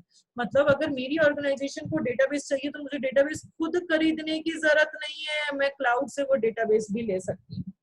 तो cloud database as a service provide कराता है। क्लाउड आपको अलाउ करता है कि आप आसानी से कोई नया डेटाबेस, नया डेटा क्रिएट करना चाहते हैं, कोई डेटा को स्टोर करना चाहते हैं, किसी डेटाबेस को आप एक्सेस करना चाहते हैं तो कर सकते हैं। जब आपकी डिमांड होगी तभी आप ये काम कर सकते हैं। मतलब इंटरनेट की हेल्प से, ऑनलाइन की हेल्प से आप डेटाबेस को क्रिएट भी कर सकते हैं, स्टोर भी कर सकते हैं, एक्सेस भी कर सकते हैं। आपको कोई भी डेटाबेस खरीद कर अपने कंप्यूटर में इंस्टॉल करने की जरूरत नहीं है। तो बेसिकली यहाँ पे नो नीड टू इंस्टॉल, आपको कुछ भी डेटाबेस इंस्टॉल करने की जरूरत नहीं है। जितना यूज करोगे उसका पे पर यूज बेसिस पे चार्ज लग जाएगा, जितना यूज करोगे उतना उसको पे करना पड़ेगा। तो यहाँ पे जो एंड यूजर्स हैं जो डेटाबेस की सर्विसेज ले पा रहे हैं, वो किसकी हेल्प से ले सकते हैं? With the help of API. API का फुल फॉर्म आप लोग जानते हैं क्या होता है? एपीआई का full form application program interface. ये क्या था? ऑपरेटिंग सिस्टम ने प्रोवाइड करवाया था एक ऐसा कोड ताकि हार्डवेयर इंडिपेंडेंस हो सके, आपका प्रोग्राम किसी भी मशीन पे चल सके, इसलिए ऑपरेटिंग सिस्टम विंडोज आपको एपीआई प्रोवाइड करवाती है। And web user interface, web user interface, इन दोनों की हेल्प से अगर कोई भी यूजर को डेटाबेस की सर्विसेज लेनी है तो वो एपीआई के थ्रू या वेब यूजर इंटरफेस के थ्रू वेब अपनी सर्विसेज ले सकता है। और ये दोनों प्रोवाइड कौन कर रहा है? ये दोनों क्लाउड प्रोवाइड जो करेगा। जो क्लाउड के प्रोवाइडर्स हैं वो आपको एपीआई या वेब यूजर इंटरफेस देंगे, उसकी हेल्प से आप किसी भी डेटाबेस को क्रिएट कर सकते हैं, स्टोर कर सकते हैं, एक्सेस कर सकते हैं ऑन डिमांड। आपको उनको इंस्टॉल करने की जरूरत नहीं है, जितना आप यूज करेंगे उसके बदले आपको उसको पे करना है। तो क्लाउड ने मुझे पूरा का पूरा डेटाबेस भी एज अ सर्विस के तौर पर दे दिया। मतलब डेटाबेस भी खुद खरीद के खुद कंप्यूटर में इंस्टॉल करने की जरूरत नहीं है। आपको डेटाबेस की जरूरत है तो आप क्लाउड से उसको ले सकते हैं, क्लाउड से उसकी सर्विसेज ले सकते हैं, क्रिएट कर सकते हैं, स्टोर कर सकते हैं, उसको एक्सेस कर सकते हैं। जितना यूज करेंगे उतना पे करना पड़ेगा। एपीआई और वेब यूजर इंटरफेस की हेल्प से अपन डेटाबेस की सर्विसेज को क्लाउड से ले सकते हैं। ठीक है, नेक्स्ट है इसी के अंदर, नेक्स्ट है आपका इसी के अंदर that is backend as a service. Backend as a service. अब ये बैकएंड क्या होता है? बैकएंड क्या होता है? जो चीजें आपको दिखती नहीं है उसी को बैक कहते हो। आपकी ह्यूमन बॉडी है, आप बैक किसको कहते हो? आपकी बैक, आपकी कमर, आपकी पीठ, इसको बैक कहते हो। क्यों? क्योंकि वो चीज मुझे दिखती नहीं है। तो जो चीज मुझे दिखती नहीं उसी को तो बैक कहते हैं। जैसे जो स्टेज परफॉर्मेंसेस होती हैं, एक तो फ्रंट स्टेज होता है, एक बैक स्टेज होता है। फ्रंट स्टेज क्या होता है? जहाँ ऑडियंस बैठी है और उनको जो स्टेज दिख रहा है उसको फ्रंट स्टेज कहते हैं, ऑडियंस को वो परफॉर्मेंस होती हुई दिख रही है। पर सारी तैयारियां तो उस परफॉर्मेंस की कहाँ होती है? बैक स्टेज पे। जो अगली परफॉर्मेंस होने वाली है उसके लिए क्या होता है? जितने जो पार्टिसिपेंट्स हैं वो पहले ही बैक स्टेज पे खड़े हो जाते हैं, उनको जो पोजीशन लेनी है वो बैक स्टेज पे पहले ही ले लेते हैं ताकि फ्रंट स्टेज पे वो हाथ के हाथ उसको एग्जीक्यूट कर सके। तो बैक स्टेज जो ऑडियंस को नहीं दिख रहा, जो फ्रंट पब्लिक को नहीं दिख रहा, that is known as back stage. Backend, backend, backend की जो सर्विसेज है, ऐसी कुछ सर्विसेज होती हैं जो हमें नहीं दिखती, उसको बैकएंड एज अ सर्विस कह देते हैं, पर वो आपके उसके लिए बहुत जरूरी होती है। आपके बिजनेस की फंक्शनिंग के लिए जो सर्विसेज बहुत जरूरी होती है, बट आपको दिख नहीं रही वो सर्विसेज। क्लाउड से वो सारी सर्विसेज भी आप ले सकते हैं। क्लाउड आपको बैकएंड भी एज अ सर्विस के तौर पे दे सकता है। तो जो वेब डेवलपर्स होते हैं, वेब डेवलपर्स मतलब कोई भी जो वेबसाइट्स जो बना रहे हैं, मोबाइल ऐप डेवलपर्स होते हैं, जो मोबाइल ऐप बना रहे हैं लोग। मोबाइल ऐप अपन पढ़ चुके हैं। मोबाइल ऐप मतलब ऐसी एप्लीकेशन जो मूवेबल डिवाइसेस पे चलेंगे उन्हीं को मोबाइल ऐप्स कहते थे। वेब डेवलपर्स जो वेबसाइट्स बना रहे हैं, कोई भी वेबसाइट जो बनाने जा रहा है, ये मोबाइल ऐप बनाने जा रहा है बंदा, उसको बैकएंड की जरूरत पड़ती है। बैकएंड की जरूरत पड़ती है मतलब यूजर का मैनेजमेंट, कौन यूजर आया, कौन गया, किसको कितनी परमिशन दी एक्सेस करने के लिए, वो कौन सी कैटेगरी से बिलोंग करता था, उसने कितने रुपए का सामान खरीदा, कितने रुपए का वापस किया, जो भी यूजर से रिलेटेड डेटा है ये सारा बैकएंड पे मैनेज किया जाएगा। यूजर को ये सारा डेटा नहीं दिखता। पुश नोटिफिकेशंस, पुश नोटिफिकेशंस मतलब कोई भी काम नया हो रहा है तो हाथ के हाथ नोटिफिकेशन जनरेट हो जाना चाहिए। ये सारे जो काम होते हैं, जो बैकएंड के काम होते हैं, वो सारी सर्विसेज क्लाउड प्रोवाइड करवा सकता है। तो जितने भी वेब डेवलपर्स और जितने भी मोबाइल ऐप डेवलपर्स हैं वो क्लाउड से बैकएंड एज अ सर्विस भी ले सकते हैं। क्यों? बैकएंड की सर्विसेज लेने के लिए, जैसे यूजर मैनेजमेंट, पुश नोटिफिकेशंस, ये सारी सर्विसेज भी वो ले सकते हैं। With the help of API उनको ये सारी सर्विसेज दी जाती है। एप्लीकेशन प्रोग्राम इंटरफेस की हेल्प से वेब डेवलपर्स और मोबाइल ऐप डेवलपर्स को backend as a service provide करवाई जाती है। लास्ट है इसके अंदर इंफ्रास्ट्रक्चर एज अ सर्विस के अंदर, लास्ट है that is desktop as a service. Cloud मुझे पूरा का पूरा डेस्कटॉप प्रोवाइड करवा देता है as a service.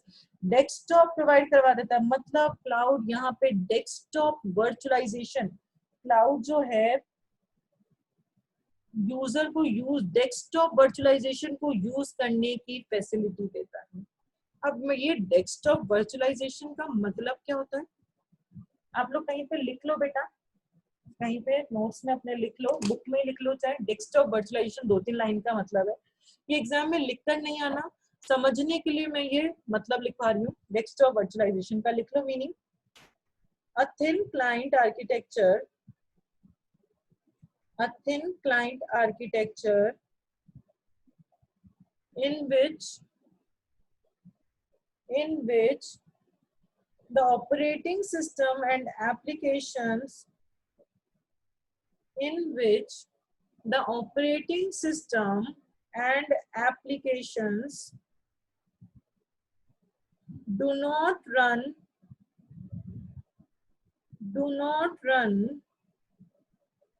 in users PC, do not run in users PC, but run instead in a separate partition, run instead in a separate partition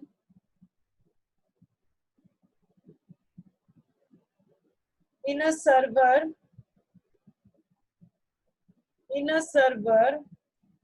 on the network, in a server on the network, full stop. The partition is known as virtual machine. The partition is known as virtual machine.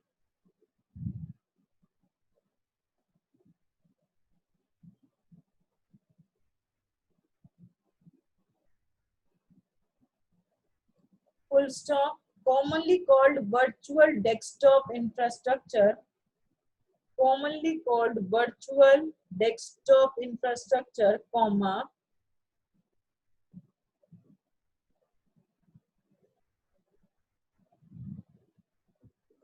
the desktop is delivered over the network, comma, the desktop is delivered over the network to the user's PC,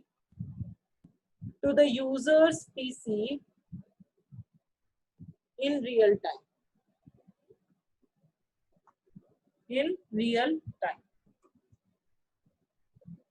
अब समझे क्या मतलब है ये desktop virtualization, sorry desktop as a service. Cloud ने मुझे पूरा का पूरा डेस्कटॉप दे दिया एज अ सर्विस, मतलब ये पूरा का पूरा डेस्कटॉप आपके पीसी में आ सकता है, आपको उसको इंस्टॉल करने की जरूरत नहीं है। ये पूरा का पूरा डेस्कटॉप आप रियल टाइम पे पूरा का पूरा डेस्कटॉप एक्सेस कर सकते हैं। डेस्कटॉप का मतलब क्या हो गया, ऑपरेटिंग सिस्टम।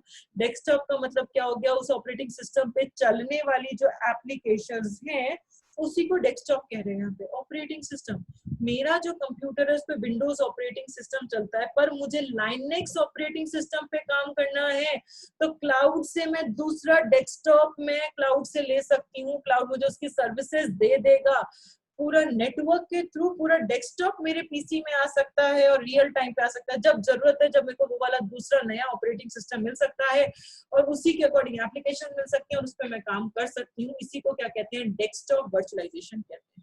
तो क्लाउड कंप्यूटिंग यूजर्स को अलाउ करता है कि आप डेस्कटॉप वर्चुअलाइजेशन के कंसेप्ट को भी काम में ले सकते हैं, डेस्कटॉप वर्चुअलाइजेशन की फैसिलिटी को भी काम में ले सकते हैं ऑन द बेसिस ऑफ पे पर यूज मॉडल। पे पर यूज मतलब जितना आप यूज करेंगे उतना ही आपको पे करना है, उससे ज्यादा पे नहीं करना। यहाँ पे जो सर्विस प्रोवाइडर्स हैं उनकी रिस्पॉन्सिबिलिटी है, बैकएंड का जो काम, जो पीछे की तरफ काम हो रहा है उनकी रिस्पॉन्सिबिलिटी है डेटा स्टोरेज को मैनेज करने के लिए। डेटा कहाँ स्टोर होगा, कैसे स्टोर होगा, कितना स्टोर होगा, कहाँ क्या डेटा का बैकअप रखना है, तो ये सारी रिस्पॉन्सिबिलिटी किसकी है, जो प्रोवाइडर्स की है। जिन्होंने मुझे पूरा डेस्कटॉप दिया है एज अ सर्विस, उनकी रिस्पॉन्सिबिलिटी है data storage, backup, security, upgradation, ये सारी रिस्पॉन्सिबिलिटी उनकी है, मेरी कोई रिस्पॉन्सिबिलिटी नहीं है। एंड यूजर्स किसके लिए रिस्पॉन्सिबल है, मैं सिर्फ और सिर्फ किसके लिए रिस्पॉन्सिबल हूँ, जो मेरा कंप्यूटर है, जो मेरे कंप्यूटर की डेस्कटॉप की, जो मेरे कंप्यूटर की जो इमेजेस है मैं उसके लिए रिस्पॉन्सिबल हूँ, मेरे कंप्यूटर की जो एप्लीकेशंस है मैं उसके लिए रिस्पॉन्सिबल हूँ।